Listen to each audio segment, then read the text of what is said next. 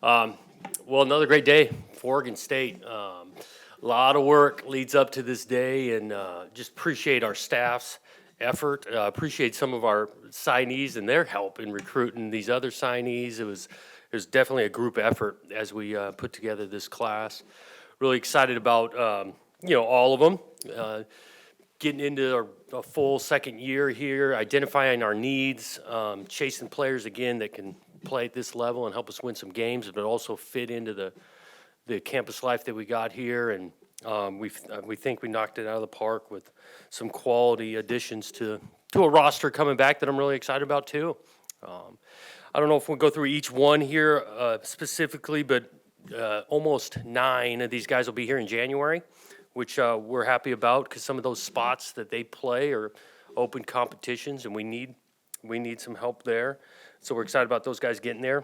Good balance in regards to high school athletes and coming from junior college. Some of the junior college guys have 3 years to play, not 2, which is always a bonus. And so I think we did a great job in regards to identifying our needs, really chasing our guys through the evaluation process and recruiting them at the same time, and then being able to hold on to them. Because you know how competitive this recruiting thing is. There were some competitive battles that we were able to win, and I'm excited again going back to the effort of our coaches and all that we got accomplished. Is it listed on here about Mondays, or it's January? You want me to tell you? Yeah, Yep. if they're not listed on here, yeah. Yep. So Zariah Beeson, the receiver from Texas, he'll be here in January. He's actually got another football game to play in the state playoff there. Ben Ghul Branson, the quarterback from Newberry Park, will be here in January. Alton Julian, defensive back from East Palo Alto, 3-year junior college player, DB coming in. Shane Cady will be here in January as well. Outside back from Hawaii. Chance Nolan, quarterback, Saddleback Junior College, be here. He's got 3 years to play. Jonathan Riley, defensive back, probably plays safety for us. He'll be here. Also got 3 years to play. Tavis Shippen, defensive lineman out there from Marietta, will be here in January. He's got 3 years to play. And then Shawn Wright, defensive back from Laney Junior College.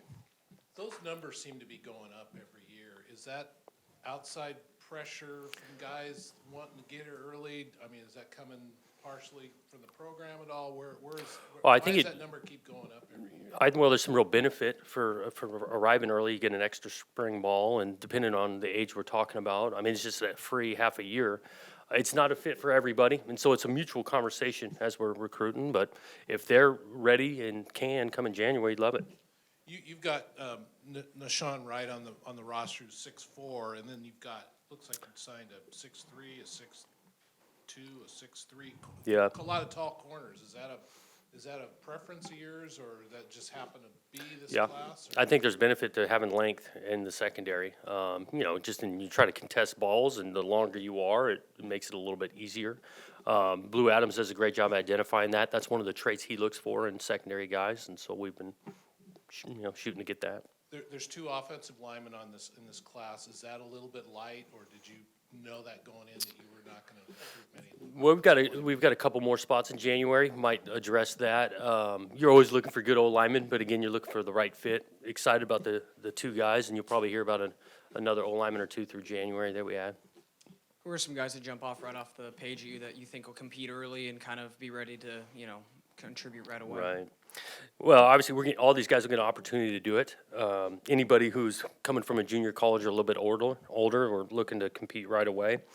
And so, in the secondary, really all those guys, that competition, and really the day and age now of football, you're always playing with 5 DBs out there. And so we needed to add some depth there, and we did it. So those guys see it. I mean, Tavis, physically, we think will be ready to compete right away. Chance, and Ben, for that matter, in regards to pushing Tristan in this quarterback competition, see those guys coming. I think Zariah has a skill set, even as a freshman receiver, to get in the mix. Again, these guys all get an opportunity. Can you just speak a little bit about Chance? Obviously, he brings an element to the quarterback room that no other guy on the roster has, kind of in terms of his speed and being able to, kind of do the RPO scheme. Can you kind of just speak to that and what he will bring when he gets here? Yeah, he had an awesome year down at Saddleback. I actually know that head coach down there, Mark McElroy, real well. He is athletic, but I do think he's a passer first. Kind of describe him as a point guard out there playing. had the big year for them, distributing the ball and running it some. And so we're always looking for it's kind of icing on top of the cake if they can really be athletic in the scheme we want to run. And I think Ben can get some of that done too, and Tristan for that matter. You had a lot of late recruits committing in the last couple of weeks. Just what was the feeling maybe leading up to there, and was it a little nerve-wracking having so many open spots? And then what did it feel like to kind of close those guys so soon to signing day? Yeah, it felt good. A lot of those guys we had been chasing for a long time. They had some options, and so they were taking their time making an educated decision. And so it was a great final kind of 2 weeks on getting into some homes. And again, our coach is doing a great job of continuing to build these relationships. Some of them we finally got on campus, and that made a difference.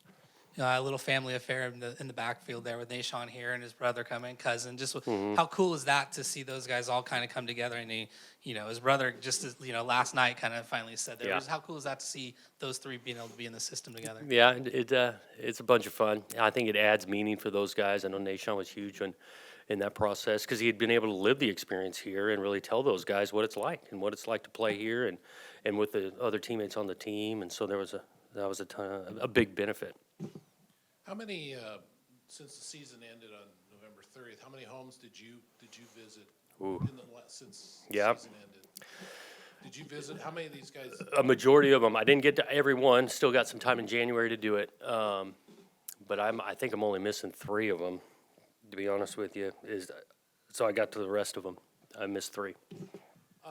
Mike Gundy made a comment earlier today I thought was sort of interesting. I don't know if you would agree with it or not. He said that about 75% of guys now commit based on their position coach. He said that's up. That's different than 4 or 5 years ago. Is that something you've seen? Yeah, I don't know if 75 is the number. I do think that's a huge factor on who they're going to spend the most time with is the position coach. We do try to educate them and really express to them that they're making this choice on so many factors like the school, the scheme, the other coaches on staff, the teammates they're going to have.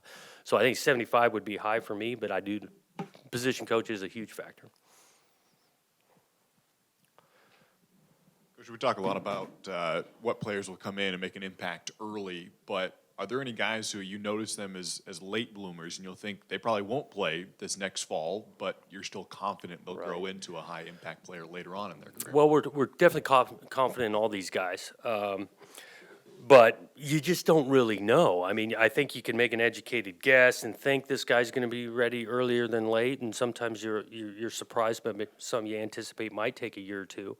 Sometimes I think about it a little bit by position. Sometimes it's tougher at offensive line maybe to play as a youngster, and maybe easier at some other spots. But again, we feel great about these guys, and all of them will get an opportunity to play right away if they're ready.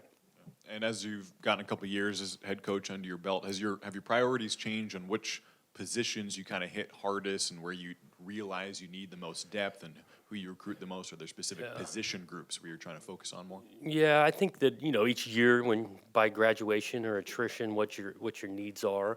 I felt awesome about the continuity of our staff that turned into continuity of our scheme, and so getting into year 2, year 3, we kind of know what we do and how to recruit to that. And so I don't think there's one group or another that's year in and year out the number one priority. I think it's changing all the time.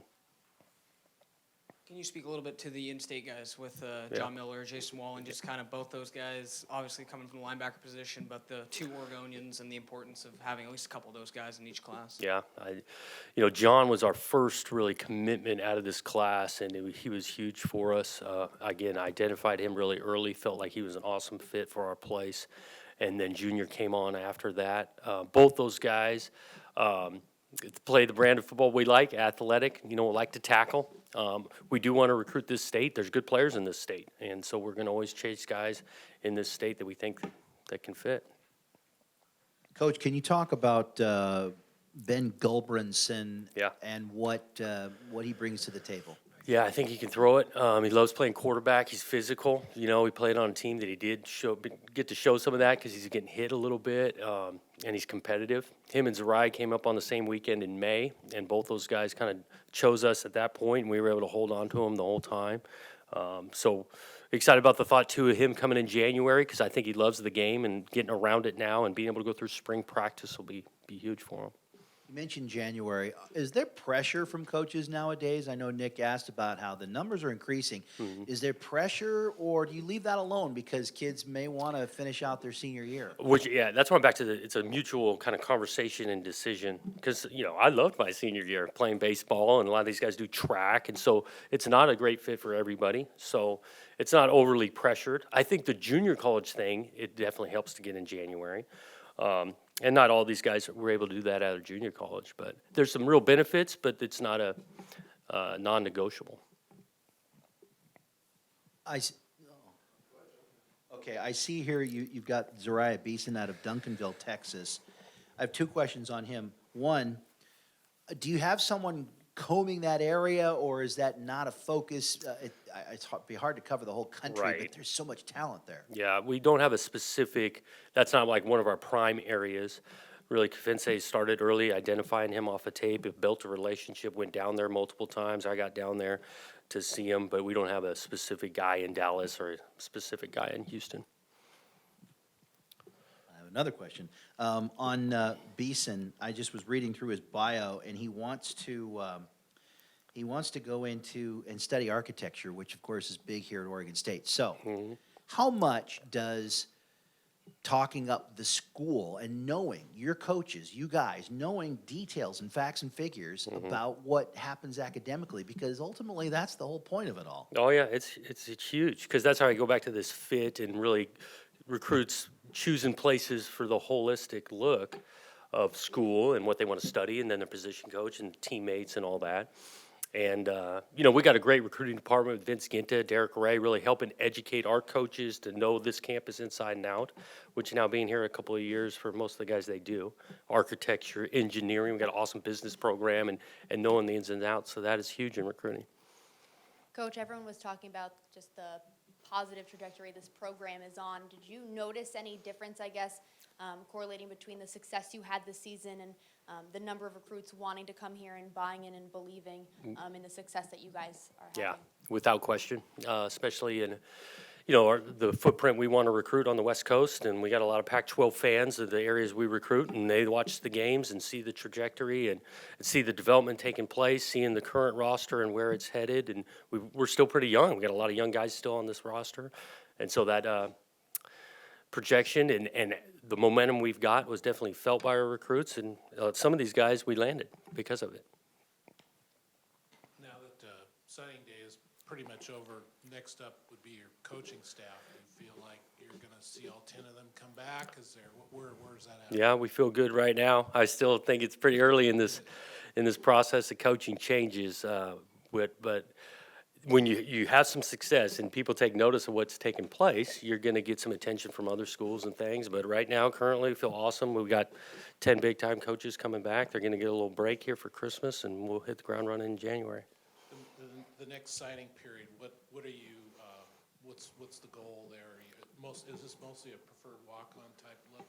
We've got a couple of spots left, but we're always going to be combing and looking to improve the roster, and then we'll use that month to do it. Heavy into the next year's class, we'll do a ton of that. We will address some needs in walk-ons in January. And so now that kind of dust is settled with this class, we've got a couple of spots left, and we'll kind of try to address those in January. It's early, but same kind of look you're expecting for spring, April? Yeah, we'll go first couple weeks of March, and then take the break for spring break, and then finish in April. Yep. And then can you just kind of speak to, when you kind of step back and look at the class, what's got you most excited about this class in particular? And now, obviously year two of kind of really being in it and, bridging into year three. What does this class do for you in that regard? Yeah, I think I like that we're across the board positionally. From linebacker spot, DBs, offensively, each spot's kind of getting added to. Like that, I think we got some real depth in that. I like the mix of getting a few older players, but at the same time not going all in on 2-year type players. We got a good mix of high school and 3-year players and some 2-year players. You're a former quarterback. You've got 2 quarterbacks coming in here. You've got Tristan, who could looks like the guy coming in to start. How is it different recruiting quarterbacks? Because you can only play one at a time. You get a couple of receivers. What's that like, and how do you get a couple of guys to maybe buy in and want to come here in a similar situation, knowing that one guy is going to play. Yeah, it's always different at quarterback, just with, like you're saying, one guy plays at a time. You always look for competitive kids, and really, I think competitive kids want to hear or get an opportunity to truly compete, and that's where we're definitely offering these guys up, starting in spring ball, and those guys get an opportunity to do it. It definitely helps. I think the background, Brian Lindgren, looking at the offense and what's taking place there, and the development that the quarterback from Jake's first year to second year, what took place there. I think there's a lot of good things about playing quarterback at Oregon State. Okay.